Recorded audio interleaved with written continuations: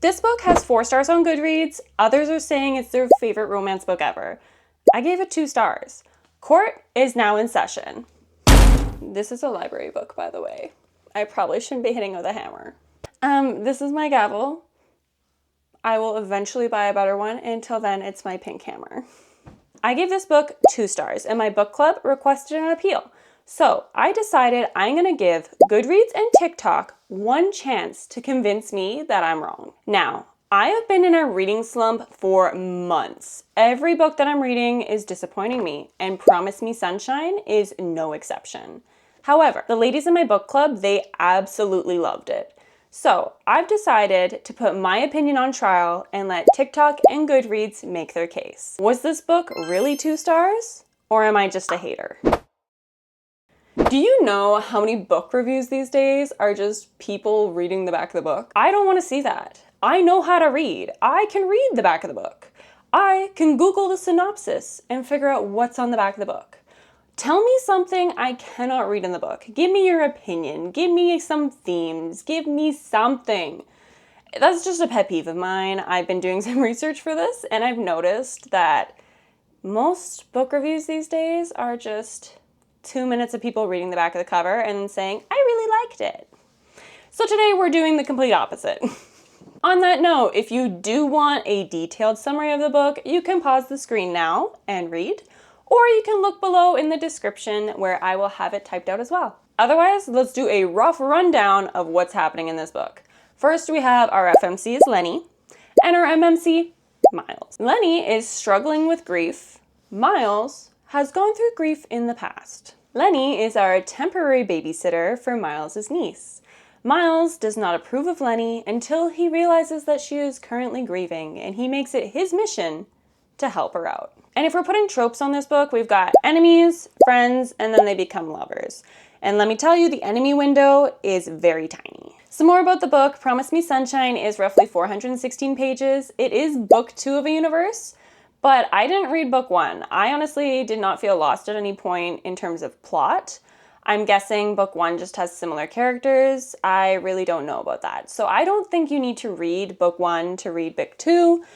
It's more just continuation of the universe. But most importantly about this book is it is marketed as a romance book.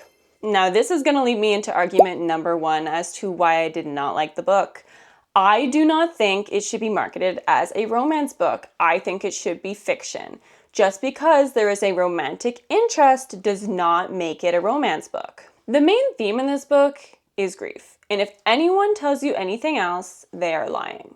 This book is about overcoming your grief with the help of your support system, and then we sprinkled in a few kisses and slapped the title of a romance novel on it. And that is a huge reason as to its low rating for me. Now, when I went ahead and went to Goodreads, I looked up only the 5 stars. In order to make the case for the people who loved this book, I was going through multiple reviews, and the ones that I selected are the ones that showed up the most. Like, they had the most reoccurring points, and I felt they were also the strongest points. Number 1 for the pro is the swoon-worthy quotes. Specifically, and I got them here, Lenny, when I look at your face, I feel like I'm home after a really long day at work. I am never sleeping when I close my eyes like this with you. Then what are you doing? Committing the moment to memory. There's only you, Lenny. Every time, it's just you. Home is where the heart is. My heart died in a cancer ward 6 months ago. Okay, that one's a little harsh, I'll give you that. He treats you well? Mom, he walked into hell and dragged me back out. I have seen that quote everywhere. That quote made one of the women bawl in my book club. And you know what? It's not so bad. Now, while I was reviewing the book reviews, a lot of positive and negatives came up, including this one here. I DNF'd Promise Me Sunshine. Strike 1, she took a bite of a croissant and went cross-eyed. Strike 2, they got matching wolf tattoos. Strike 3, it was referred to as his pal. Okay, so on that note, with every swoon-worthy quote, if I listed one that hit you in the heart, just keep in mind there was a matching cringe-worthy moment somewhere else. So you really have to weigh it. Swoon-worthy quotes, cringy moments, which one really wins? Which leads me to argument 2 against this book. The characters are annoying. First up on trial is Lenny. Let's be honest, she spends a lot of her time daydreaming about alternate scenarios. And I'm just gonna say this. If the alternate scenario was interesting enough, it would have been the main plot. It wasn't. And okay, I'll give you this. One daydream scenario, okay. We do not need to list out 4 different alternatives for one scenario. It is not that serious. What did the daydreaming do for the plot? It had no relevance. All it did was illustrate how much Lenny missed her friend. We didn't need that picture. We were already getting that through everything else that Lenny was doing. Sleeping on a ferry. We did not need the daydreaming. What the daydreaming was doing for me was it was giving writing letters to Ellen DeGeneres in It Ends With Us. If you've read that book, when you look back, you kind of block that out because it's really cringy and like didn't have anything to do with the plot. It was just kind of in there. That's what the daydreaming is for me in this book. It is also annoying me that a lot of books are starting to market being an extrovert as brain dumping. They're not the same, and this is not the first time that I've seen it. Just because you're brain dumping doesn't mean that you're an extrovert. It just means that your filter has slipped. Next up on trial is Miles. He was such a flat character, and maybe I'm cynical, but I find it hard to believe that someone can be as selfless as him. Are you really telling me that you're going into this with no ulterior motive? Because you're not, okay? We see that when he has the list. I'm sorry, but the list shows me that you were hoping to get something out of this. On the other hand, for people who loved this book, good characters was their point. And when I go through a couple of them, let's just see what they have to say. Lenny's journey is messy and raw and deeply relatable. And Cara Bastone explores it with a lot of insight and wisdom and beautiful prose. And there are times in this book that a single line could reduce me to tears. And Miles Honey, everything you could want in a book boyfriend. He is steady, he is comforting, he is direct. And the way he shows up for Lenny in this book with like quiet patience and just unwavering care, it split me open in a way I was not fully prepared for. Okay, we're gonna pause it there. His point is that Miles is the perfect book boyfriend. No, he is not. Not for me, at least. He is not even on the scale. He didn't even make it on the rating chart. Again, the list. Nobody mentions the list, and I can't say more about the list without it being spoilers. I mean, it's like kind of sprinkled in there anyway. Is he steady? Yes. Is he comforting? Yes. I'll give you that. He does have some redeeming qualities. Is he the best book boyfriend? Definitely not. Okay, then we went off to Goodreads, and I'll read you what they had. That the characters are relatable and strong. Lenny is relatable and a well-rounded character. She shows an accurate representation of grief. Miles must be so strong to have become such an expert on grief. He is so dependable, loyal, and the biggest help to Lenny. Reading Miles is struggling to connect with his family makes them so sad. Okay. You know what? Some decent points in there. Miles, strong, loyal, biggest help to Lenny. Okay, some solid points in there. I'll give you that.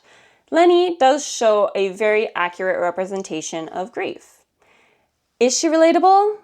I didn't think so, but really, someone else could find her relatable. That's totally fair. Is she well-rounded? That one I need a little bit more on. I just not quite sure where they're going with that. Is it because she's showing the highs and lows of grief that she's well-rounded? Is it because of her character progression throughout the book? I would need a little bit more information in order to truly judge that. As for Miles, his plot conflict truly confused me. What do you mean that you don't know how to talk to your new family members? You are not exactly an introvert. You were the one that initiated the friendship with Lenny. So I understand if maybe his new family members didn't like him. I mean, I didn't like him either. But you should be able to go and talk to them as a grown man. I just found that plot point really weird. Now, my third argument, which could arguably be my weakest, is that I didn't find this book relatable. On that note, I thankfully am an individual who has never actually struggled with this hard of grief. I have never been through what Lenny nor Miles have been through. I know that my toughest days are still yet ahead of me. That being said, I felt like a stranger at a funeral for a person that I've never even met. Perhaps reading book 1 could have helped take this feeling away, but here's the thing. I didn't, and I'm only judging Promise Me Sunshine as a soul novel.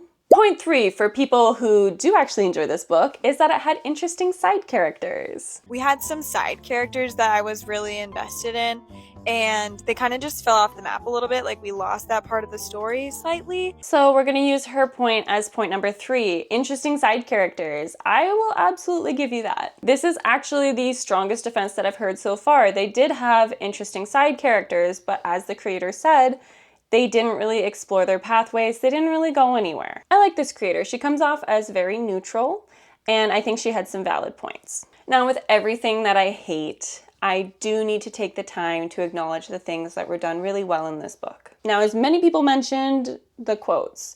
Oddly enough, the quotes that stuck out to me were listed nowhere in anybody's reviews. Otherwise, I would have put them in. Or maybe I just didn't scroll far enough. I really don't know. But I couldn't find them anywhere. So I have them on my phone and I will read them to you. That is my grocery list. Okay, here we go. Something good for you, something bad for you, and a change of scenery. This is with the oatmeal, Nutella croissant, and a new bakery. I actually really liked this quote. I liked how it was when you're going through a hard time, you can do something new and change of scenery and then still get a little bit of guilty pleasure. I thought it was a good self-care quote. Is the human body resilient or is it luck of the draw? You barely feed, drink, or sleep, yet somehow you don't crash out. And then you have a perfectly healthy individual who gets stage 4 cancer. Normally life is easy, but we think it's hard until something actually hard happens. That one is 100% true. We are always out here making obstacles when we really don't need to. And when something actually hard comes your way, you're like, oh, this is actually hard. Those are my favorite quotes from the book. Also, there's more than just quotes that I liked out of this. I do like that it did a good job of displaying grief. So it actually had 2 different characters, Lenny, obviously, but then we also see Reese. This is the mom of the kid that Lenny is babysitting, and they're both struggling with different grief.